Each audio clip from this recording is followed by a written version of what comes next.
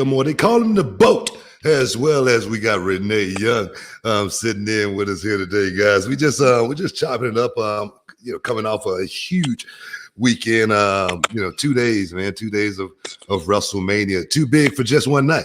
Wait a minute, let me repeat that. Too big for just one night.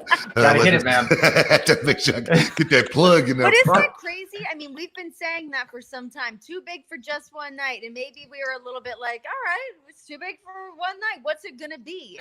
But truly, it kind of was too big for just one night. Yeah. I tell you, if they would have tried to do that thing in one night, man, we'd have been up all night long.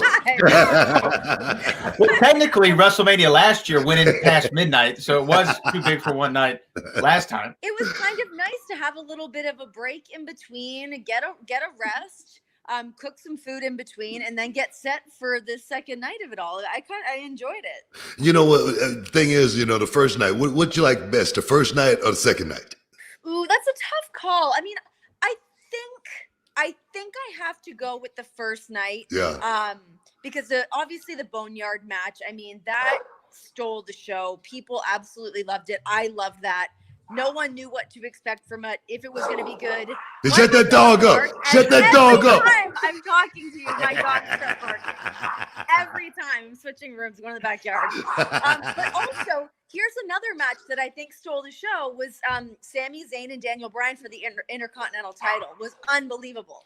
Loved that match. I must say, man, Sami Zayn is an artist, man. I mean, put him in he's like one of those guys, man. He's a utility guy.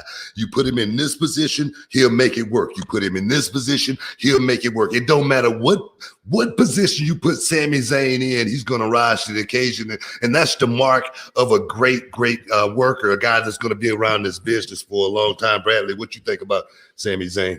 I'm with you on Sami Zayn 100%. I think that he's a guy who, I don't know if he's been given the ball all the way. And I think recently with his, with Cesaro, Shinsuke Nakamura kind of all surrounding him, he's gotten a chance to flourish and show that he can take the ball and run with it. And put him up against a guy like Daniel, I don't know if you can have a bad match.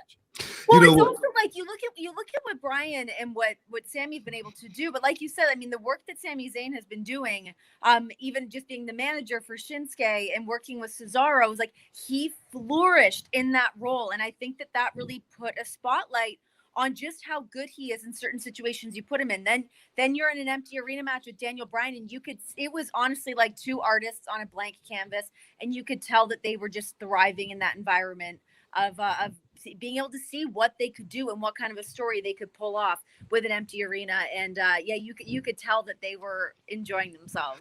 I say Shinsuke and Sami Zayn, they're like Flavor Flav and Chuck D. Flavor Flav. No, I'm serious, man. I mean, because like I say, the guy definitely you put him in a role and he'll flourish, and now he's champion. And I don't know what's the deal. He's like, he just said, forget about getting any wrestling gear. I'm going to just go to the Army surplus and pick up, a hat. Like, I'm kind of into it. He looks like these weird military pants. He reminds me of Manuel Noriega. And I hate to make the comparison. But he definitely has flourished, man. I think Sami Zayn working as a heel too just works so well for him. The way he sells as a heel is endlessly entertaining to me. I think so too. As far as the internet, man, the internet is going crazy right now. What's the internet saying? What's crazy is the majority of the internet, they like, many aspects of what they got from WrestleMania. And this is my thing, man. Can you imagine if we were in an arena with 50 to 60 to 70,000 people with these matches that we had on the card? The crowd would have been good. That ladder match was something special.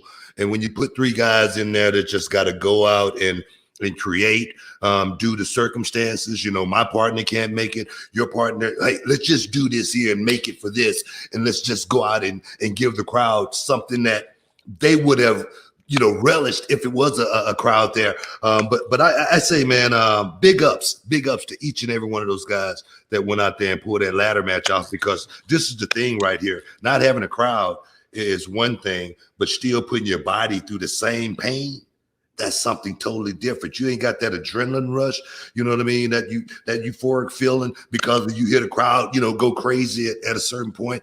That right there, man, it just let me, not even that. I mean, also, coming off the sign, my God, man. I mean, come on, man.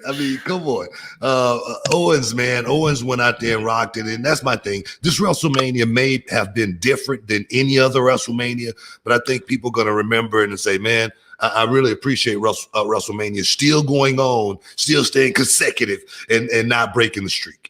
Yeah, and you talk about the internet and what people are saying, and I think there was a lot of people that were skeptical about how the show was going to turn out. Did we need 2 nights? And I think like the overall feel walking away from it was like, man, what a great show front to back. I mean, you got to give props to WWE's production crew looking at what they did with that Boneyard match, with the Firefly Funhouse match. And then, like you said, you look at the talent. You've got the superstars working their asses off with no crowd, no adrenaline. Yeah. Charlotte and Rhea are another example. Man, awesome. Yeah. Beat the hell out of each other. Yeah. I was listening to Charlotte talk. I was actually reading something earlier today, and she said it was like doing a movie, with no crowd there. And that's definitely a place you can put yourself and say, hey, man, let me just go out here and see how much I can expand on how good I really am. And being put in that situation, I give Shayna Baszler credit too, because Shayna Baszler, I was one of Shayna Baszler's biggest critics going into the thing. I was like, man, I don't know if she's ready for this spot. But I remember back in the day, my first pay-per-view, it was with it was here in Houston, War Games, and Big Van Vader, he was in the pay-per-view. I was actually on Big Van Vader's side, and I remember being in like one of the little hallways in Center Stage in Atlanta, Georgia, and Vader, he asked me, he goes, man, do you really think you're ready for this? Because it was my first pay-per-view match. And I go, man, I've been training for this for the last 2 years. You're damn right I'm ready. You know what I mean? And Shayna Baszler seemed like she was that same way. It seemed like she'd been training and getting ready for this moment. And then being put in that position, she went out there and shined. So I give Shayna Baszler a whole lot of credit. Yeah, and I don't think that she gets enough credit for how much work she had already done behind the scenes before ever even signing to WWE. It's like people are aware of her MMA background.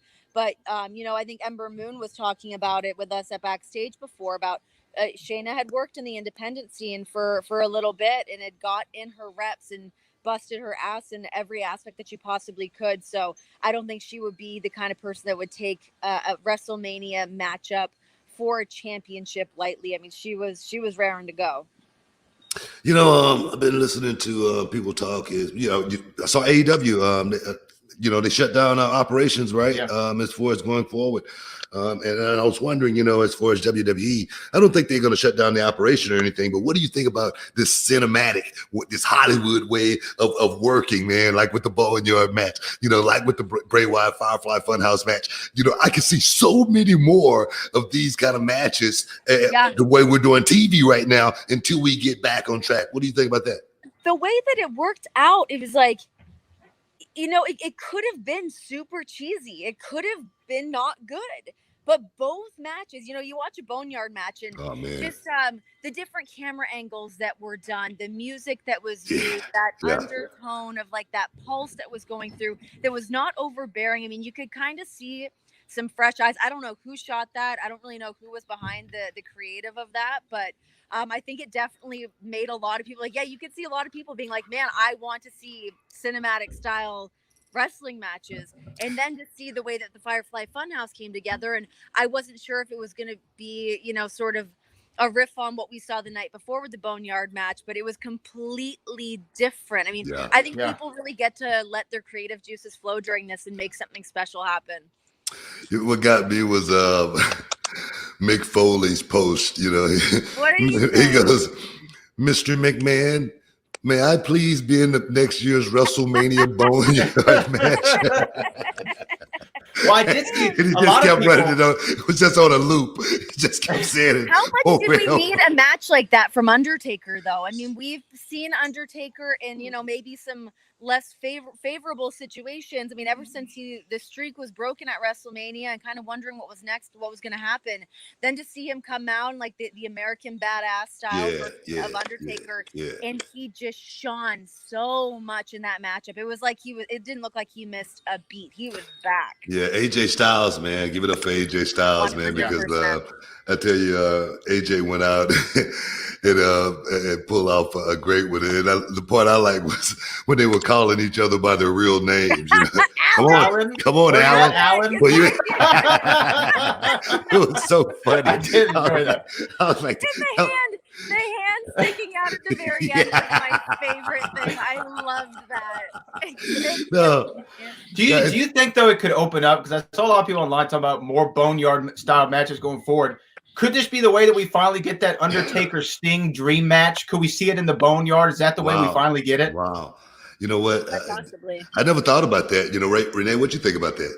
Yeah, I mean, I think now that we know that matches like that can be executed and that they're so well received, I think it can kind of be looked at two ways, that either they need to be saved and not be overdone and keep them very special. Obviously, an Undertaker Sting situation would fall under that category. But is it a thing that we want to see all the time?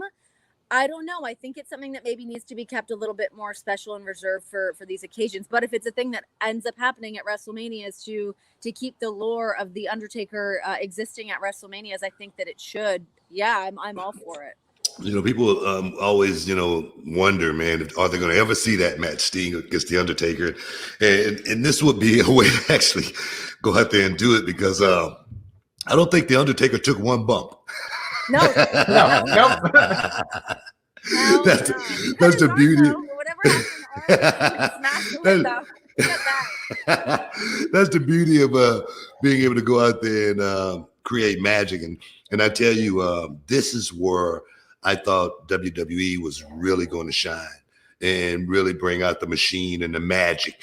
I go back to when, they did the hologram Bray Wyatt thing back, and it was like so awesome. I was like, man, this is some cool stuff right here, and they got the ability to be able to, do so many different things. And with this time that we're going through right now, they're definitely going to have to shift gears as far as, being able to go out there and create TV, create good content, because just the wrestling matches in empty arenas, we can only do that, I think, for so long. But to be creative like they did with that Boneyard match and that Firefly match was just something. I was wishing King Booker could have had one of those kind of matches right there. We know that you have another match in your book. For sure. Big Daddy Laddie is good to go. He's ready to be booked. We thought we were going to see him at Rumble. It didn't happen. But you've got it in you. No, man. But how you feeling down there? How you guys holding up down in Vegas? Good.